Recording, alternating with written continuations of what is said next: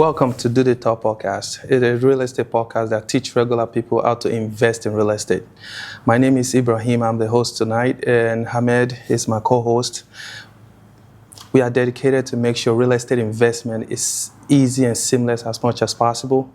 And that is why we are committed to always shoot video and explain to you guys how you can go about investing in real estate. So if you are looking to invest and grow with us in real estate investment, you have come to the right place.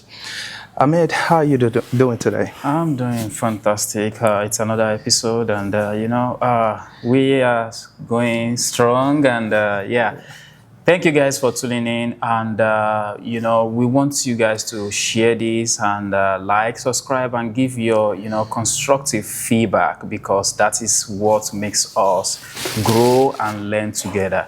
So tonight it's going to be about how to fund your real estate purchases. Either you want to do it for your primary residence, or you want to go with investment property. So it's going to be a very crucial part, because as we all know, major conception that a lot of people have is real estate is for the rich.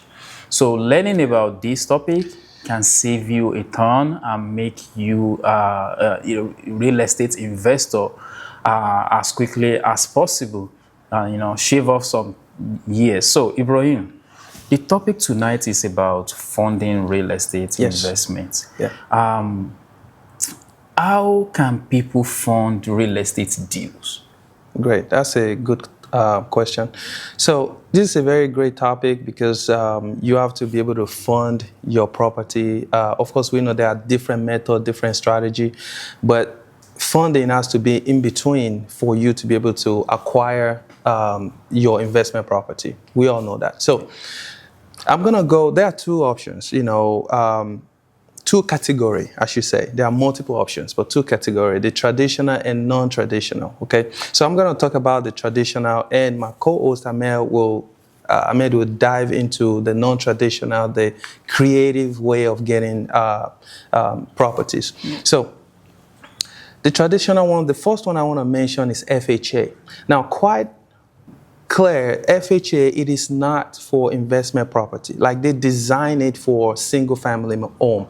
However, I know, we have a lot of audience that are, single, that, this will be their first home, and, they currently do not have too many baggages, and so they are fit into the kind of people that can easily acquire 4 units. Yeah. Okay. And the FHA guidelines allows an individual to buy 4 units as a residential home. Okay. So I just mentioned, I know that FHA, it is not for investment. However, 4 units falls under residential. Okay. So if you are out there and you and your spouse, or you only have 1 or 2 kids, it might work for you. So look into this. I want you to pay attention. So you can buy 4 unit, property. Okay. So it means you and your spouse or family can stay in 1 or 2 units. Preferably 1 would be good if you can do that. And the other 3, you can lease it out. Okay. So how can you get this done? All you have to do, you have your credit. FHA, typically they like 580 or higher. The higher the better, of course. And of course, you are working, or your spouse is working, so you are able to acquire the 4 unit, lease out the 3 units if you are able to. So that means you're going to be generating money from those 3 units, which going to help you to pay your debt, or you might not even have to pay anything out of pocket. So with FHA, it is a very strategic way to get started in real estate, just because you are able to get 4 units, okay? And the down payment is just 3.5%. That's the best part of it. It's just 3.5%, and you are able to get the property. So, and with FHA, all you have to do, you are working 580 credit score or more, and you get a property. The next one I want us to look into is conventional loan, okay? And it's very common. Conventional loan, it is designed for primary and business and investment, I should say. So with conventional loan, if it's your first time home, like your first home, even if it's for investment, as long as it's your first home, you don't have any property, it is possible that you get the home with just 3% down, okay? Because since it's your first home, they look at it as, yeah, it's still residential, like regardless, as long as the unit falls under 4 units, like I just mentioned earlier. So, but if it's your second home, typically it has to be upgrade, or it has to be considered, or it will be considered an investment property, which will cost you more than 3%. It might be 5% if it's upgrade, or 20% if it's strictly investment property. So today we are focusing more on investment property. So typically they will ask you to bring 20%, okay, because it's an investment property. So conventional loan, how do you get that? You have a credit score of like 680 or higher. The higher, the better, okay? And you are working. At least you have worked 2 years or more. The good thing is the 2 years history does not have to be in the US, okay? You can have a 1 year history in the US and have another 1 year history in another country, okay? It can be in Japan, it can be in Nigeria, it can be in Brazil, anywhere in the world. As long as you can document that you have worked for 1 year in another country or more, in addition to the 1 year you have worked in the United States, okay? So look into conventional loan. It's more flexible than FHA, less lenient in their criteria and everything. So that might be a good option for you. So the next one is USDA loan. USDA loan, it is designed for, it's similar to conventional, but it's really like a rural kind of loan, because the federal government, they create that loan for farmers. But you and I know that development is everything is evolving. The builders, the developers are building everywhere. So some areas are now falling into it should be rural, but now it's falling into the what do you call it? It's now like a rural, partial urban, So it's now getting developed and everything. I'll give you an example. For example, some places in Canby qualifies for USDA. But you and I know that Canby, you barely see farms in Canby these days, just because they are massively developing everywhere in Canby. So you can take advantage of that. Buy property there, use USDA loan, and you'll be fine. Is that really designed for investment property? No, it's not designed for investment property. But the fact that it's your first home and you know that you want to use that to start the business, you can leverage on that. But if you already own a home, USDA will not work for you, because that loan is not for investment property, okay? So VA loan, you can leverage on that as well. Same thing, it's like FHA.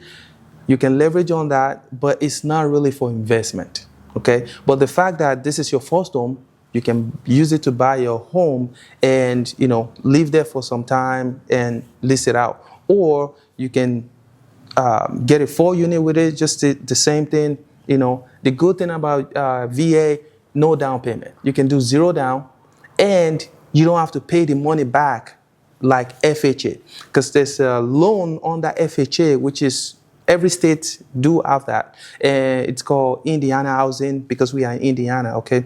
And you have to pay that money back if you move out of the property before the time.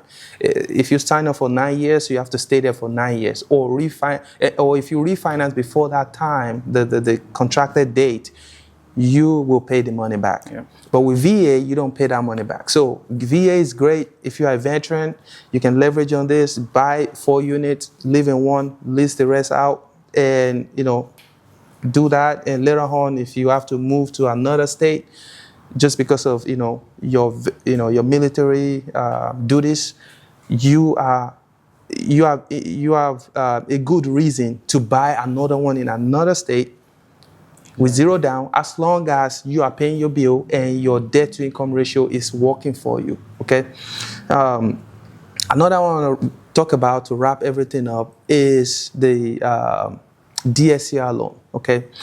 Now, this one is primarily designed for an investment, okay? So you don't want to miss this. Now, DSCR loan, you are required, typically before it used to be 15% down, okay? Especially if you have been doing this for a while, okay? They changed it to 20%, but the 20% will be for an investor that has been doing it. They've done multiple, okay? For starters, or for someone like you that does not have a home yet, USDA would like to get 25% down from you, which is the money can come from your down payment, or if you have been watching us here at Do the Talk, you might have already strategized, which is you bought your home with, a distressed property with cash, okay? You renovate the property and you refinance with DSCR. What is the implication of that? The implication is that you don't have to come out of pocket for the down payment because you already bought a distressed property, you upgraded the property, you've created a sweat equity, and that equity is going to help you to, it will help you not to bring money out of pocket. So that's a good strategy that you might want to explore. We've done some videos that, go back to our videos, you see how you can do that, So DSCR is the perfect loan for investment property. The good thing about it, they do not care about your personal income, okay? What do they look at? They look at your credit score, okay?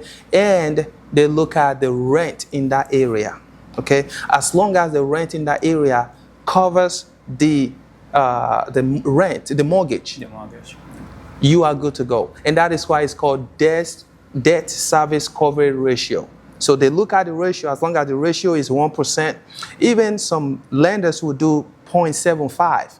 Of course, that will increase your down payment. However, it is a great loan because as long as it's working for your numbers, even if it's less than 1%, as long as it's working for the strategy that you are trying to do. We've done some video and we've explained different strategies that you can do real estate. It's not just a single strategy. There are multiple strategies, okay? So if it's working for you, you can go for it. But do your research and make sure the strategy is going to work for you before you jump into any kind of real estate investment. So, Ahmed, I've talked about some of this, traditional, and of course we know there are still some other like statement loan, but I feel like we just need to go to the common one, the easiest one for people and the most realistic one for people to acquire, to utilize to acquire their property. Please, before we run out of time, can you show us some strategic, some creative ways of getting financing just for, we all know not everyone has a good credit, not everyone has down payment. However, they want to come into real estate and we love that. So how can you show us or what can you tell us that will help us get this kind of financing? Yeah, absolutely. The joy with real estate is there are creative ways you can get into real estate, and which is why we always hammer on it that real estate is for everybody. It's not only for the rich. Yes. As long as you have the education that it requires. Okay, so I will be subdividing the non-traditional way into three parts. The first one being, private money. This is money from your friend, family, relative, or someone you've built trust with over time. Yes. The second part will be seller financing or subject to. So both, I'm going to match them together. And the third part is partnership. Finding someone that has something you don't have. Then you two come together and make this happen. So let me go back. So because the private money is kind of close to where you stop, which is DSCR.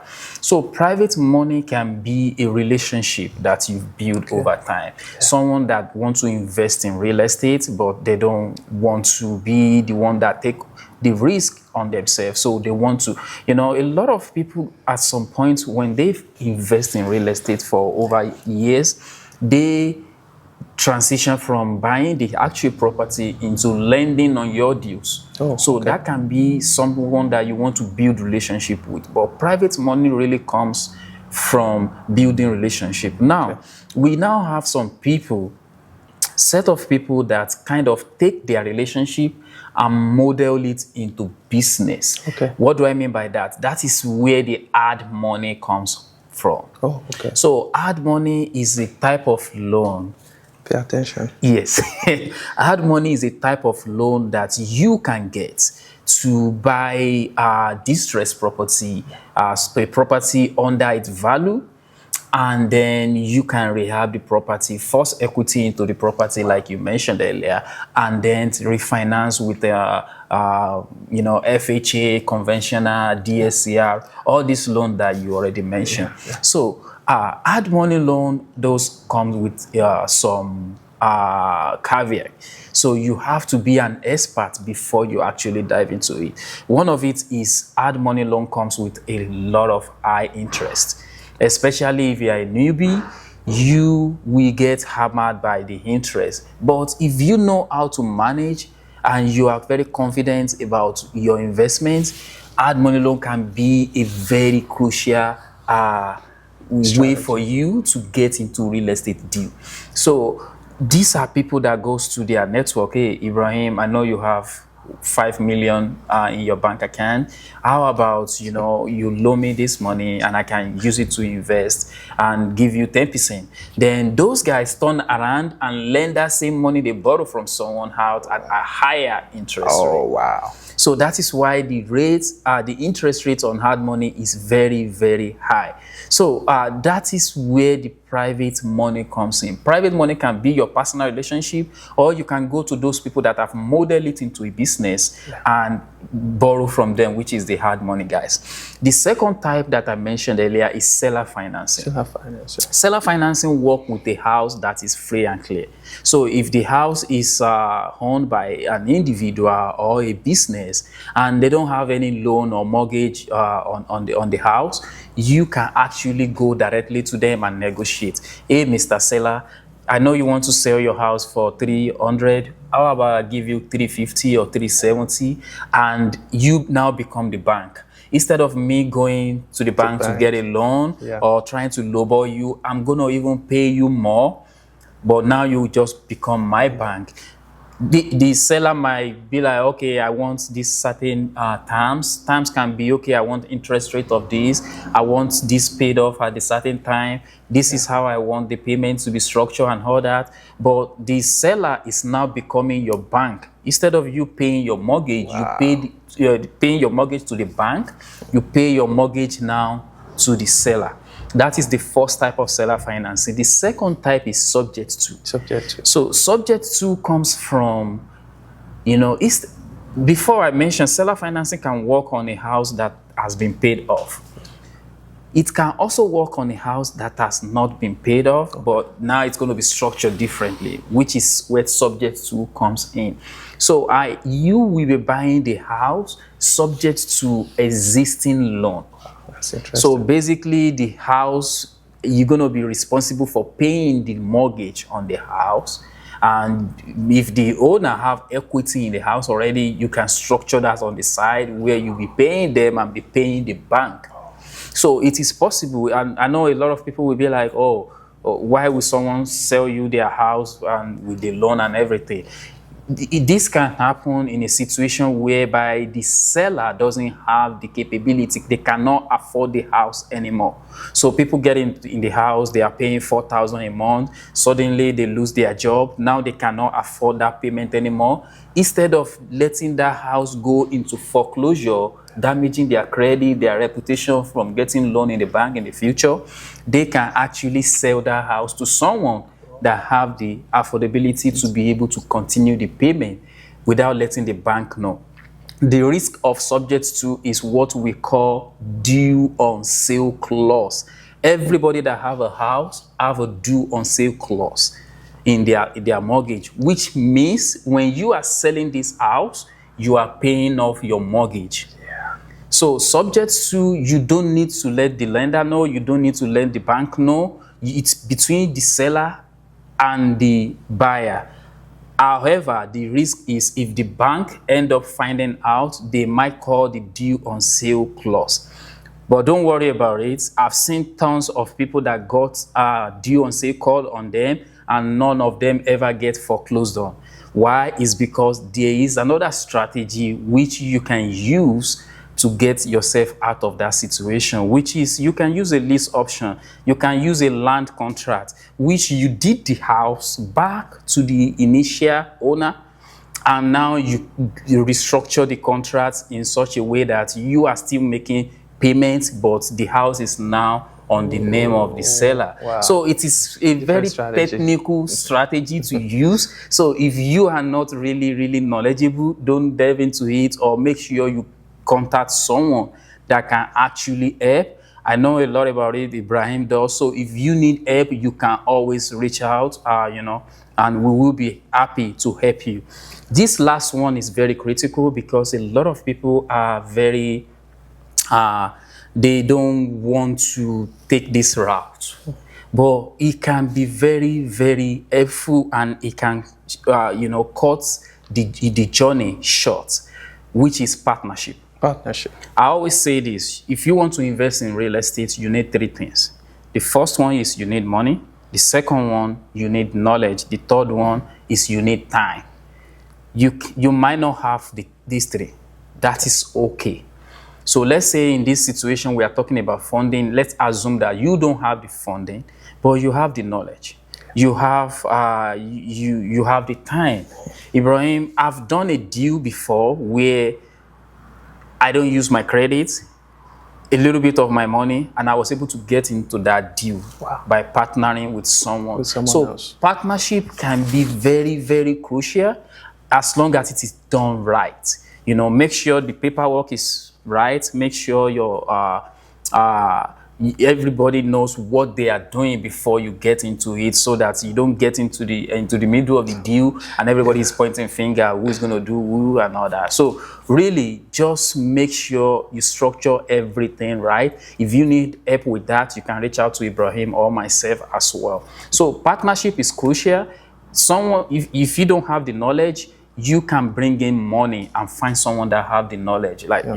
We here can help in that regard as well. So absolutely don't shy away from partnership. It's really helpful so that you can gain some, momentum, and maybe in the middle of your partnership, you can save up some money, which allows you to move forward yourself. So Ibrahim, I know you mentioned a lot of loans and all that. If you are to advise someone that is starting up today, they don't know what they are, what loan will be the best option for them, which will you, in terms of investment, which will you advise them to go? So I will definitely say they should, if the person owns a home already, they should try DSCR. If it's their first property and they have good credit, I'll tell them to go conventional loan. Of course, if the credit is struggling, or it's not as, it's not up to like 700, I'll tell the person to explore FHA. So which one is my best loan? Definitely DSCR. That's my best loan. If you look at the whole package, it's the best loan for investment, because we are talking about investment here. Okay, so that's what I will go. It looks like the producer is telling us about the time. So guys, we'll come back next week. We'll come back next week and give you more information about, anything concerning real estate. This is what we do every week. Ahmed, it looks like the time is against us. So do you have anything you want to tell our audience before we wrap up? Absolutely. So if you don't know, the number one thing to learn in that situation is identify your condition. Accept that you don't know and ask a lot of questions. The only question that is a stupid question is the one that you don't ask. So please don't be too, don't let your ego take over and you are not able to ask right questions that can save you tons of money and time. So Ibrahim, if people want to reach out to you, how can they do so? Yeah, they can check me out at, go to ibrealtors.us. It's online, just type ibrealtors.us, or you go to ibrealtors on Instagram, Facebook, TikTok, shoot me a DM and I'll get back to you right away. Or you can call me 317-728-0213. How can they reach out to you? You are an investor, you're a property manager, and your business is just booming everywhere now. Everybody's talking about is your property. So If they buy this property, of course, they might need a property manager. How can they reach out to you in regards to that? You can reach me on my cell, which is 765-420-7932. And as well, you can reach me on all the social media. It's Your Property. DM me. We are doing a free assessment right now. We assess your property, lets you know what you can be making monthly and the best strategy that will bring you the most return. So take advantage of that and let us, be a partner. I will see you on the other side. All right. Thank you, guys.